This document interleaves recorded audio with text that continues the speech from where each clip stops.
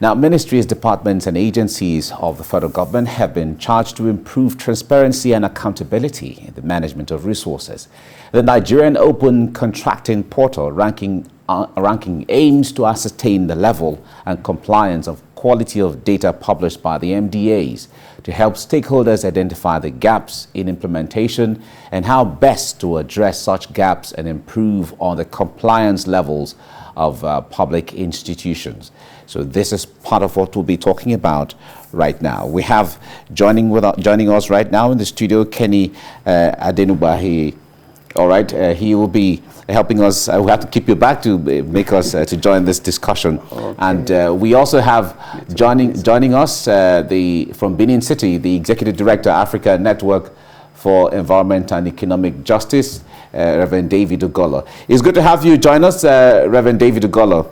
Good morning. Thank you very much. Thank you very much, my brother. Great. All right.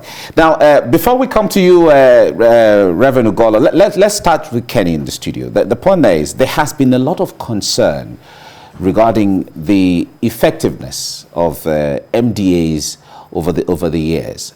When we sit down, government, one administration goes, another one comes, one goes, another one comes. You blame games here and there, but nothing seems to change. Do you think something drastic has to be done about this? Thank you very much.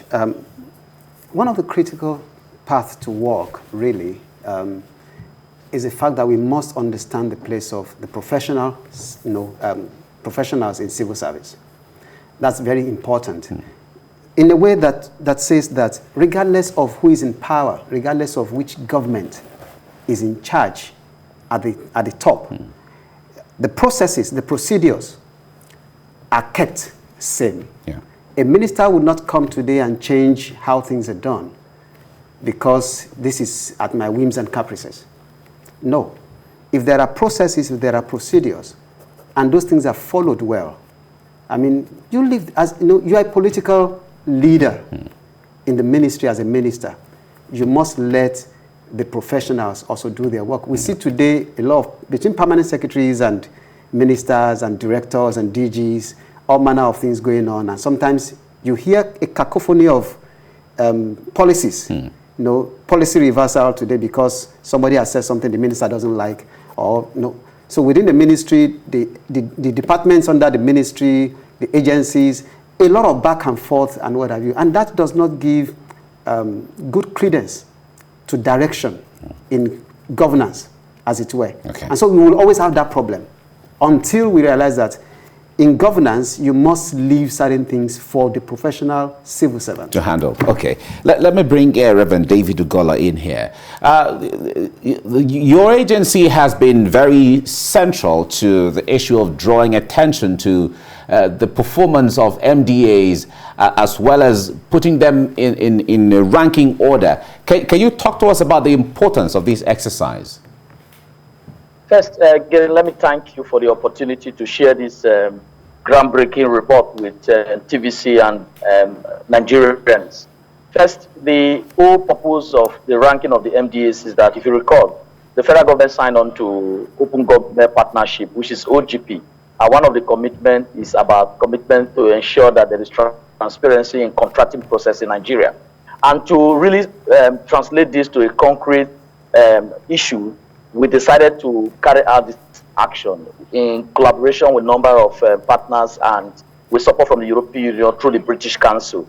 And the purpose of the ranking is to see how government agency ministries are complying with disclosing their procurement processes. And we have also relied on the Nigerian government platform, the COPU, which is the Nigerian Open Contracting Portal, where government agencies and ministries are expected to disclose these data. On the basis of those data they disclose, we came out with ranking, which have ranked over 113 ministry and department agencies across the country. So the whole purpose is to see how those ministries and departments and agencies are actually complying in reporting this data. And what we found that is very disturbing, and it's something that, again, raises questions about whether these organizations, these ministries, and these agencies are really genuinely implementing the federal government directives. And the report we just released and is aimed at raising awareness about the non-compliance and also to focus on those agencies that have also complied so far. All right. On the ranking of some of the MDAs on the NOPOCO, like you said, we have some agencies like the Nigeria Police Academy in Kano and the Federal College of Education, Abeokuta, the University of Lagos, and several other organizations like that ranking as some of the best performing in that regard. Can you share with us what is making them perform and what is the rank? What makes them rank like that? Yes, what we did was that with our experts is that we decided to again put it in aggregate, the data, what it means in the value chains of procurement processes. For instance, those organizations that follow the procurement rules by disclosing those data in the NOPOCO platform. So we rank them from 1 to 10, and then where you stand in the ranking is the basis which we put you. And then we had over 113 ministry, department, and agency. So for the police academy, they came on top because of the data they disclosed that was reported in the NOPOCO platform. When you compare it to other organizations like Ministry of Niger Delta, for instance, that also came very close, you'll find that the level of the procurement data they disclose is higher. So what we did, we put figure in these data and we analyzed it in this spectrum. And so what you see in the report, which we have also shown in the I don't know whether you also have access to the infographics, you will see that those organizations that is doing well, like the police academy, appear on the green light, and those who are in the middle intermediary appear in the orange light, and then those that are appearing in the very bad that are not complying with this disclosure in the NOPOCO platform, they appear in the red range. So this is how we categorize them, and the whole aim of this categorization is not to embarrass any of the ministry or the agency, but again to just remind them that they are not complying with the federal government directive in terms of procurement disclosure, and that the data they are disclosing in the NOPOCO platform is not sufficient enough for Nigerians and the public to be able to follow their value chain in the procurement process. And then again to use this data as evidence to do an advocacy targeting this agency and ministry to again improve on their reporting. And with that, we can be tackling what we call the corruptions that we're talking about in the country. And this project is again to help Nigerians to understand how ministries and agencies are not complying with institutional reforms that would have helped to address the issue of corruption. You know, when we talk about corruption in Nigeria, people don't understand. It's about putting the institutional framework in place that will help strengthen internal oversight that will again prevent anything that could lead to corruption. So if these institutions are not complying with the procurement disclosure as directed by the federal government, you don't expect them to have a transparent and accountable system. And that's why we think that this ranking will again help to raise an awareness across the country and also encourage the federal government to also put in place the political will that is required to bring pressure on those agencies that have performed very poorly. And we hope that this we will continue to do. And with this ranking, it will help to put those who are complying and those that are not complying. All right. The action or inaction of these MDAs impacts on the performance of government. When people complain of government not performing or they commend government for performing, these are the parameters that people see. Now, what they do rubs off on government. Now from your perspective and maybe your assessment and evaluation, what kind of action should the government be taking, especially against those who are the MDAs that are not performing? What kind of action should government be taking against them? In this report, we have also released, which we're also going to be releasing every year. Again, it provided some key recommendations, and one of them is that people must take responsibility, because in each of this ministry and each department and agency, we have people who run those ministries. We have people who run those agencies. If government must exercise the political will to ensure that there's compliance at the highest level, they must take responsibility. And what that means is that CEOs and ministers who ministries are not complying with this reporting standard that will help increase transparency and accountability, they should be shown a way out. So that's where we come about the political will. Is the federal government, having given out this directive, are they willing to take the necessary action to ensure that ministries and departments and agencies complies with this directive from the Secretary to the federal government on disclosures of data on the Nocopo platform? If they are not willing, then there's no need giving those directives. But now that the directive is out there, and the most important thing is that it does help put Nigeria in a better state. For example, you just saw the Transparency International Corruption Perception Index. It didn't. Nigeria appeared very poor, and this is not good for the country. If we are to attract investment into the country to help development in the country, you definitely have to put your house in order. You have to strengthen your governance system. You have to put in place policies, institutions that will send the right signal to investors. But if these are not put in place, I fear that there's no way we can talk about development. And if there's no development, you cannot tackle poverty, particularly in the age of this coronavirus crisis. You have seen now that poverty have scaled up, and that is not very good for the country. It's not good for the entire continent. So every country government that is willing to tackle the pandemic problem is to also look into the issue of poverty. And one of the major causes of poverty in the country is corruption and poor governance system. And the only way to address the governance system, which leads to corruption, is by, again, federal government putting in place, and that's where we call on the political will, the leadership of the country, the president. You see, has to take responsibility to ensure that federal government directives are implemented. This ranking has shown that over 79 ministry, department, agency across the entire country are not complying to procurement and disclosure standard. And that for me raises a very serious concern. And that again was re-emphasized by the outcome that Nigeria appeared in the Corporation Perception Index of the Transparency International. All right. Let me bring it to the studio now where Kenny is here. Now, let's talk about the issue of synergy. Sometimes we see that the work of some ministries overlap, or interweave with other ministries, like agriculture, for instance. There are some projects from agriculture that has the Ministry of Water Resources involved. We have the Ministry of Finance involved, and so on. Now, how do we encourage collaboration in such a way that even when they're collaborating with different ministries, they still uphold the standards of transparency and openness? Thank you. Just like what Reverend said, until we begin to put punitive measures in place, if you do not follow the process, the reporting process, there are consequences. Right. Without that happening, and without having the political will to achieve that, people would flout it and nothing will happen. It's what we've seen. So now talking about overlap, of course, you have ministries, things happening across ministries and departments and what have you.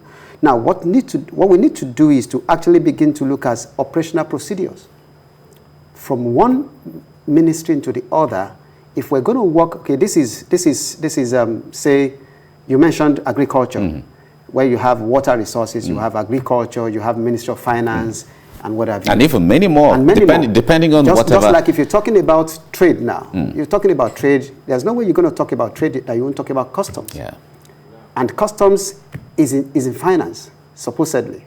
So in a way, you all have all of these things working together. Sometimes you then hear CBN giving certain directives when it comes to importation or exportation, export matters. And the question is, where is the Nigerian Export Promotion Council? Where is this one? So in a way, we must find a working relationship that works for everybody. But like I said, I believe that each ministries and departments already have their order of procedure and how they interact with or interface with other ministries or agencies and what have you. If only we will follow those paths, If there are any little gray areas, I believe they can be reworked. But you see, the challenge we have is the fact that sometimes we just want to do things the way we feel. And sometimes power play comes in. This is the politics of things. The politics of things come in. And so once the politics come in, you realize that at the end of the day, certain things will not give. So, and these are some of the things that actually come back to hurt all of us as citizens, as a nation. Because the moment the MDAs don't perform, you've already taken some, because all of their performance impacts someone in one village somewhere, in one town somewhere, and all of that. So when they don't perform, it deprives everyone who is supposed to benefit from the system. No, if you have an export lapse somewhere, it's going to affect the farmers or the people who actually bringing that in. If there are import challenges, the ripple effect comes in to those who are the end users of what is to be imported. If there are lapses in talk of all this issue of, okay, we have change in policy or policy somersault when it comes to import duties, waivers, and what have you, they all have implications. Okay. So we must look at that. All right. Now let me go back to Reverend David Ugolo here. Now the ranking system of MDAs has come to stay. As it's taking off now, what kind of training should those who are involved ensuring that they should perform? What kind of training should they be involved in so that they can own the process and work in a positive, competitive nature in such a way that everyone is striving to ensure that they become the best ranked organization, or MDA as the case may be? I think that is the next phase. Thank you very much. This is very important. Like I said, the whole purpose of the ranking is aimed at ensuring that we achieve transparency and accountability in the system and ensure that the procurement processes in Nigeria comply to the best standard. So now that we have seen that there are weaknesses in the system, we are looking forward in working with these MDAs. First, raising an awareness. The first step to address problem is to understand that you have a problem. Now, this report provides an empirical evidence that there is a problem in the system. And we hope very strongly that in the next few weeks, we will be reaching out to the federal government, to those agencies, to those ministries, to identify an action plan on how these weaknesses can be addressed through training. And we hope that our partners will also be working closely with us because, it is not just Nigeria alone. Everywhere around the world, there are weaknesses in procurement system. And what you do to address them is to be able to, first of all, acknowledge that you have that weaknesses and then look for experts to put you through. And I am very confident that as we move forward, this will become the top priority of the federal government so that we can address this huge challenge in the system. All right, like you mentioned the Corruption Perception Index earlier when you were talking, some of these indexes or these rankings have come to stay and everyone looks forward to them every year. And when they come out, we see reaction, or sometimes we even see governments trying to ensure that they move up in some of these rankings and some other indices that measure different things across the world. Now, this is beginning now. What are the plans to sustain this ranking in such a way that after some period of time, it doesn't go down? It's okay. That's right. The whole purpose of the Transparency International Corruption Perception Index is first of all to create awareness about the level of corruption's perception in a country. In most cases, some countries see it as attack, but countries who actually want to solve problems will not see it as an attack. What you do is to actually do a self-assessment and see if there is actually a problem. In the case of Nigeria, it's not just the Corruption Perception Index that have identified the weaknesses in our corruption system, in our governance system in the country. The UN Convention Against Corruption, 2 reviews in Nigeria have also come out with specific recommendations. For instance, in the first review and the second review, there was a focus on the absence of asset recovery architecture policies in the country, like the Proceeds of Crime Bill, for example. It has been in the National Assembly for a long time. I don't know why, at this point in time, why the National Assembly have not passed the Proceeds of Crime Bill. And the absence of the Proceeds of Crime Bill has led to a number of problems. If you see the problems that have affected EFCC performance in the country, it is lack of an asset recovery architecture in the country, and that's not very good for the country. And for you to improve in your performance in the corruption perception index, country must see evidence, and empirical evidence, that the country is actually moving towards putting in place an institutional framework that addresses the gaps that are identified by these international reviews. And with what we have done with this ranking, it points to the federal government that the federal government can now look inward and see how they can help to address these gaps in these ministries, departments, and agencies. And if the federal government take these steps to address this, then it will help to send a strong positive signal to those international review indices. So what we're appealing to the federal government, that for you to show that you are moving towards solving this problem, and once these problems are solved, then your ranking in those international processes will improve automatically, and that will help send a strong positive signal to the international community. All right, thank you so much, Reverend David Ugola, the Executive Director of ANIJ, African Network for Economic Justice. Thank you so much for talking to us, and thank you for what you do in monitoring the system and helping to build capacity. We appreciate what you do. Thank you very much. Thank you very much. Thank you very much. All right. Thank you. All right. Now, Kenny, before we leave, now these indexes, like we were talking about earlier, human capital development index is there, poverty index is there, corruption perception index. There are so many indexes across the world, and they interweave, and a lot of people look up to. Now, over the years that we have these indexes, how have they changed the way that we govern as a people, either for Nigeria or for any other sub-Saharan African country? I think I would say that first, we're peculiar people. that's the reality. Just like what he said, you fight reports and count reports as witch hunting, when you should actually take it in and see where really the gaps are.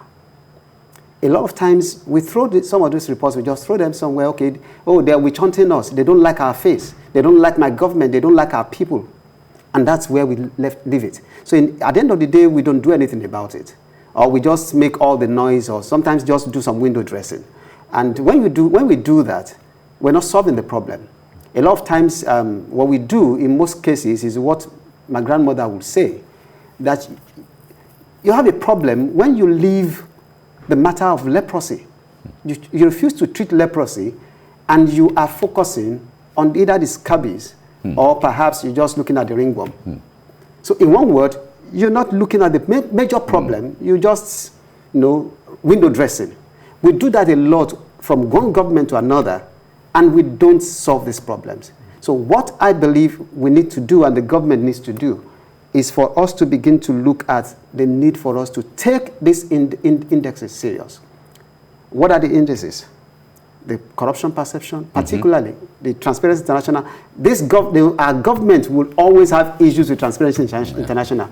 Then they will allude to the report to somebody, or an individual, or a personality who doesn't like the face of those in government, and what have you. Can we for once sit down and begin to look at all these things and tell ourselves we need to change? Now, he said something. He said that the asset recovery, what's it called, is a problem. Now, these people that particular legislation may actually catch in the trap. You want them to actually put themselves within. So it becomes a challenge, because a lot of politics go into some of these things at the end of the day, behind the scene, than just the academic things we do sometimes. Okay. Well, we look forward to greater days ahead with all of these measurements and indexes, or indices as the case may be, that will help us become better people and all of that. Thank you very much, Kenny Adenugba, for coming on the program. And thanks for staying back on the discussion as well. Thanks for having me. It's a pleasure. All right. This is